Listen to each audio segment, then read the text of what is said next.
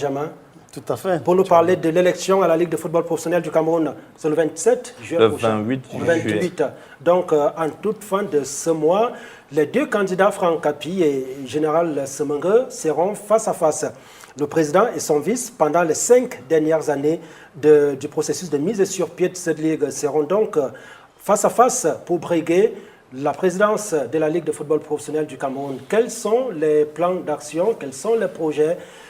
De quoi sont capables les uns et les autres? C'est avec vous qu'on saura tout cela dans cette édition de la TDS. Mais avant vous, donnons la parole à notre consultant Thierry Metomo. Cette élection, lorsque vous la projetez, qu'est-ce qu'on peut dire en l'étape actuelle des choses? Les deux candidats ont presque présenté leur projet, sauf Franck Api qui joue encore à cache-cache avec l'Océan. Il dit qu'il va le présenter à un moment donné. Alors, vous, quelle est votre analyse panoramique de ce processus électoral à l'heure actuelle? Premièrement, c'est blanc, bonnet, bonnet blanc. Pourquoi? Tout simplement parce que je crois que que ce soit M. Semengue ou encore M. Franck Api, ils sont comptables tous les deux actuellement de ce qui se passe à la Ligue professionnelle de football. Parce que je crois qu'ici, sur ce plateau, le général nous a expliqué comment il est arrivé. Et après quelques jours ou quelques mois après son arrivée, il a appelé son jeune fils Franck Api pour le rejoindre, n'est-ce pas, dans le bateau. Et ils ont bossé ensemble pendant pratiquement 4 ans déjà. Et je ne vois pas comment est-ce que l'un ou l'autre peut se retirer pour dire « moi, je ne me reconnais pas dans ce qui a été fait ». Donc, c'est pour ça que je parle d'abord de bonnet blanc, blanc bonnet. Donc moi, je pense que chacun ici est responsable. Mais vous aussi, maintenant, vous n'allez pas demander à Macky Sall de n'avoir pas été candidat au Sénégal et de ne pas diriger le pays aujourd'hui. Non, Avec une satisfaction, même si elle est feinte, mais avec une satisfaction tout de même, Thierry. Oui. Mais maintenant, vous disqualifiez les deux candidats? Je ne disqualifie pas. Je dis qu'ils sont d'abord comptables de tout ce qui se passe aujourd'hui à la LFPC.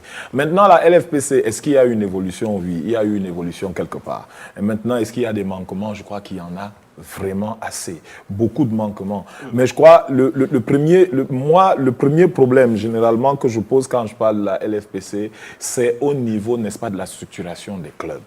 Parce que c'est bien beau de parler du professionnalisme au Cameroun, mais à quoi ressemblent ces clubs-là? Beaucoup plus factice que réel. Oui, j'ai l'impression que le professionnalisme est venu carrément éteindre d'abord les associations pour faire place d'une manière ou d'une autre, n'est-ce pas, à ce qu'ils appellent aujourd'hui sociétés anonymes. Les SAOS. Les SAOS, c'est bien beau d'avoir des sociétés anonymes parce que c'est ces sociétés qui gèrent le pan professionnel. Mais est-ce que ces clubs existent réellement? Mais sous connotation associative, est-ce que vous avez l'impression que c'était mieux, Thierry? Parce que les SAOS... J'ai même l'impression que c'était mieux. C'était mieux parce qu'encore, au niveau, n'est-ce pas, associatif, on voyait bien, tout était visible. Il y a encore une dizaine ou une vingtaine d'années.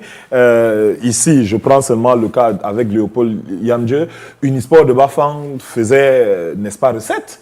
Et véritablement recette, c'est-à-dire qu'on maîtrisait exactement qui était membre, n'est-ce pas, de l'association Unisport de Bafang. Et aujourd'hui, c'est vrai que au niveau des clubs, quand on parlera peut-être de Union de Douala, on parlera sûrement de Coton Sport, on parlera un tout petit peu d'Unisport de Bafang et peut-être, je ne sais pas, de Newstar.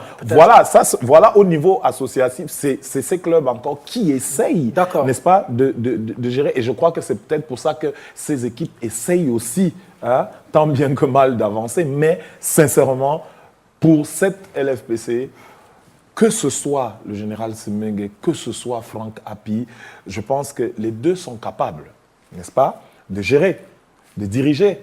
Mais je crois que ça allait être beaucoup plus facile si c'était les deux ensemble. Encore.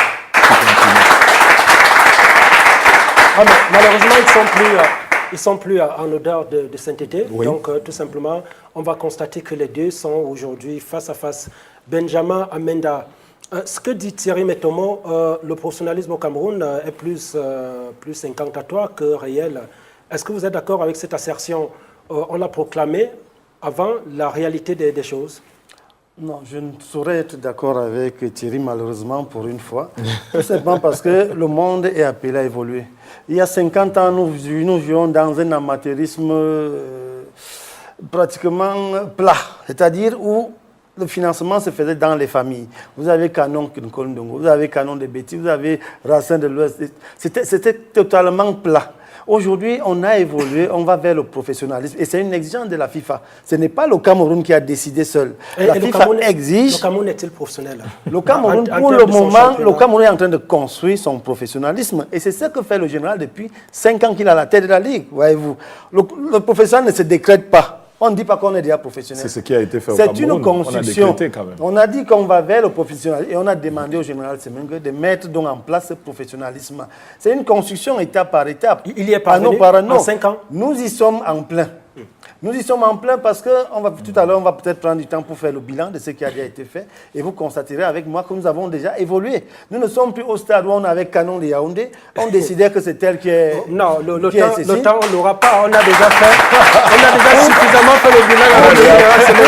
Pour dire qu'en termes de professionnalisme, une équipe professionnelle, c'est une équipe qui est d'abord structurée en société, comme il a dit, société anonyme ou société à responsabilité limitée. Et vous voyez bien que les 35 clubs du Cameroun, de l'élite, ont tous au moins adhéré à ce principe. Toutes ces sociétés-là ont au moins un registre de commerce. Toutes ces sociétés-là, je suppose, sont en train de payer des patentes. Et toutes ces sociétés vont être passives des impôts. C'est déjà cela. Toutes ces sociétés sont en train de payer les joueurs. Est-ce qu'avant, on payait les joueurs? Non. Les joueurs n'avaient pas de salaire. Les joueurs sont payés. Les joueurs sont payés, tout au moins. Ça dépend maintenant. Si dans le club n'est pas en règle vis-à-vis des salaires de ces joueurs, ça c'est tout un autre débat. Mais on a quand même arrêté que les joueurs de Ligue 1, vous le savez, devraient percevoir au moins 100 000 et de Ligue 2 au moins 50 000. Et l'État a fait des efforts pour. Le reste maintenant, c'est la gestion interne des clubs. Et ça maintenant, le général, on va rentrer dans son programme tout à l'heure, a prévu un mécanisme pour contrôler. Il va être créé une direction nationale de contrôle et de gestion qui va contrôler qu'effectivement l'argent qui est mis à la disposition du club, est-ce qu'il va vers les salaires de ces joueurs-là? Les joueurs et les dirigeants techniques. Je parle d'une structuration, d'une construction étape par étape. Léopold Yamje, est-ce que vous êtes d'accord que le professionnalisme au Cameroun existe depuis la mise sur pied d'une ligue de football? Boni, je veux vous dire, la mise sur pied de la ligue décrétée ne voudrait pas dire que le professionnalisme fait cours au Cameroun. Pour quelques raisons. Parce que le professionnalisme, ça suppose l'environnement professionnel. Le professionnalisme, ça suppose même que nous, journalistes, nous, communicateurs, qui approchons, n'est-ce pas, au quotidien cette ligue, nous devrions être professionnels. Le professionnalisme, ce n'est pas muter les associations en sociétés anonymes et tout cela pour que ces associations-là deviennent des clubs ou bien des équipes professionnelles. Le professionnalisme, c'est tout l'environnement qui rentre, n'est-ce pas, dans le système du professionnalisme. Le professionnalisme voudrait que tout le cadre, que les entraîneurs, que les arbitres, que les dirigeants de clubs, tous les corps de métier, qui gravitent autour, soient à un temps suffisamment court, recyclé, pour pouvoir se projeter sur ça n'existe pas la Ligue. Ça n'existe pas la Ligue. Et moi, je crois que quand on regarde même ce que M. Semengue nous propose au jour d'aujourd'hui, ça n'a pas place dans ces propositions. Et c'est pour cela que nous, dans notre cause, pour qui je porte la voix ici aujourd'hui, nous avons prévu un programme en 5 points. Un programme en 5 points qui parle de l'administration, des compétitions, des clubs, des joueurs et de l'arbitrage. Et c'est sur tout cela que nous sommes en train d'articuler notre programme. Et nous résumons tout ce que nous voulons faire à une seule et une chose, l'équité. L'équité de la compétition, parce que c'est ça qui va garantir, n'est-ce pas, au finish, n'est-ce pas, un championnat sérieux, un championnat professionnel. Parce que si nous voulons un championnat professionnel, il faut bien que ce championnat soit équitable. Il faut bien que la compétition soit équitable. Parce que si la compétition est équitable, ça va faire revenir